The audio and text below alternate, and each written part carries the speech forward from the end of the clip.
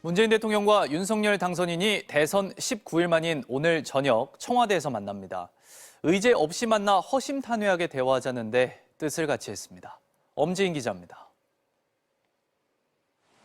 문재인 대통령과 윤석열 당선인의 첫 회동은 오늘 저녁 6시 청와대 상춘제에서 만찬을 겸해 진행됩니다.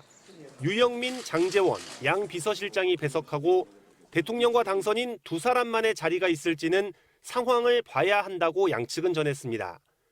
회동 성사 과정에 대해 양측은 문 대통령이 조건 없는 회동을 거듭 제안했고 윤 당선인이 이에 화답했다고 밝혔습니다. 가급적 이른 시일 내에 윤석열 당선인과 만났으면 한다는 문재인 대통령의 제안을 다시 전했습니다. 국민의 걱정을 덜어드리는 게 무엇보다 중요하다면서 의제 없이 만나 허심탄회하게 대화하자고 화답을 했습니다. 두 사람이 만나는 건 20대 대선 19일 만으로 현직 대통령과 당선인으로선 역대 가장 늦은 회동입니다.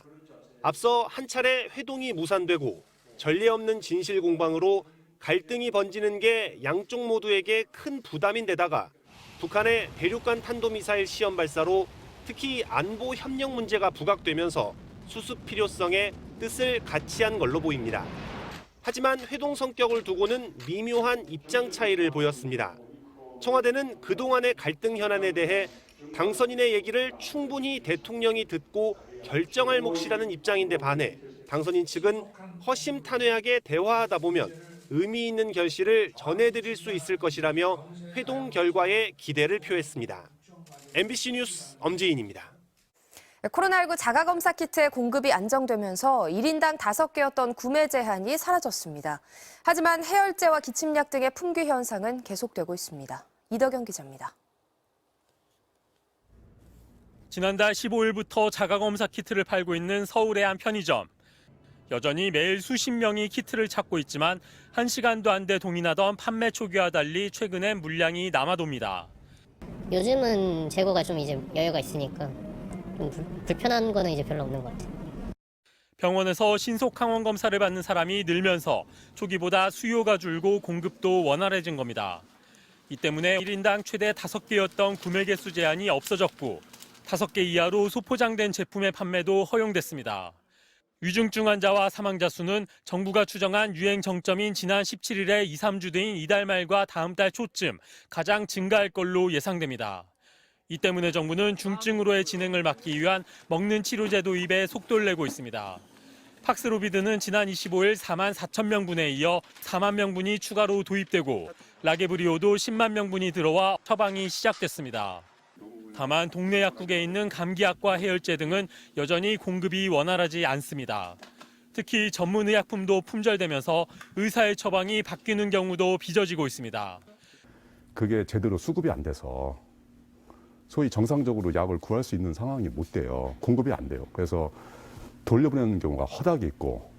정부는 해열제와 감기약 등의 생산과 수입을 확대하고 동일한 성분의 외국 의약품의 긴급 도입도 검토하고 있습니다.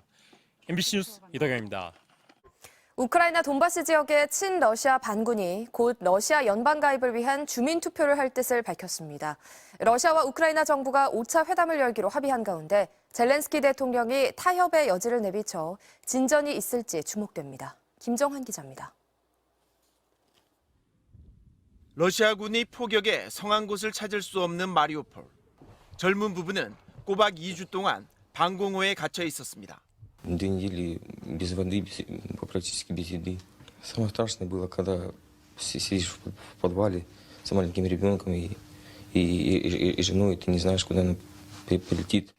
전쟁이 길어지면서 민간인 피해가 늘어나는 가운데 친러 반군 세력이 장악한 돈바스 지역 루안스크 인민공화국이 곧 주민투표를 통해 러시아 연방 가입을 추진할 뜻을 밝혔습니다.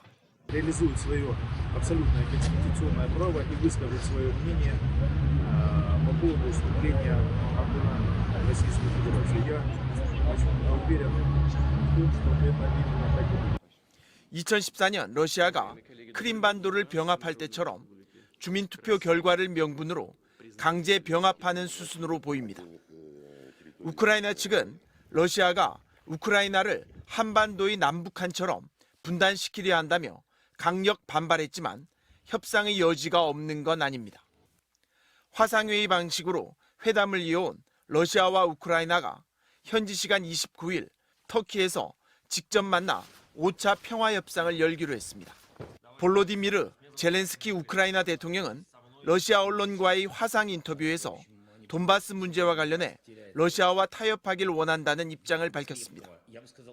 영토 문제에 대해 양보할 수 없다던 기존 입장에서 물러선 겁니다. 그러면서 젤렌스키 대통령은 제3자가 보장할 경우 중립국 지위 채택을 논의할 수 있지만 러시아의 비무장화 요구는 받아들일 수 없다고 분명히 밝혀 양측이 타협점을 찾을 수 있을지 주목됩니다. MBC 뉴스 김정환입니다. 한 주가 시작되는 월요일 아침 공기가 꽤 쌀쌀합니다. 밤사이 복사 냉각이 활발히 일어나면서 기온이 내려간 건데요. 현재 서울이 1.6도를 가리키고 있고요. 대관령은 영하 6.5도를 보이고 있습니다. 한낮에는 따스한 봄 햇살이 함께하겠습니다. 대부분 지역이 11도에서 16도 안팎까지 오를 텐데요. 그만큼 일교차가 크게 벌어지겠습니다. 날이 포근하면 항상 미세먼지가 말썽이었죠. 오늘은 대기 확산이 원활해서 먼지 걱정은 없겠습니다. 지금 서울도 깨끗한 하늘이 드러나 있는 상황입니다.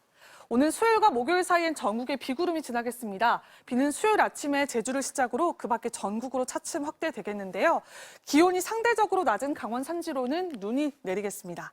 오늘 전국 하늘 대체로 맑게 드러나겠고요. 미세먼지 농도는 좋음에서 보통 수준이 예상됩니다.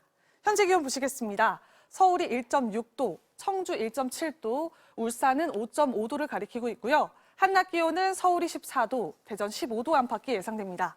이번 주에도 아침엔 쌀쌀하고 낮은 포근한 일교차 큰 날씨가 이어지겠습니다. 날씨였습니다.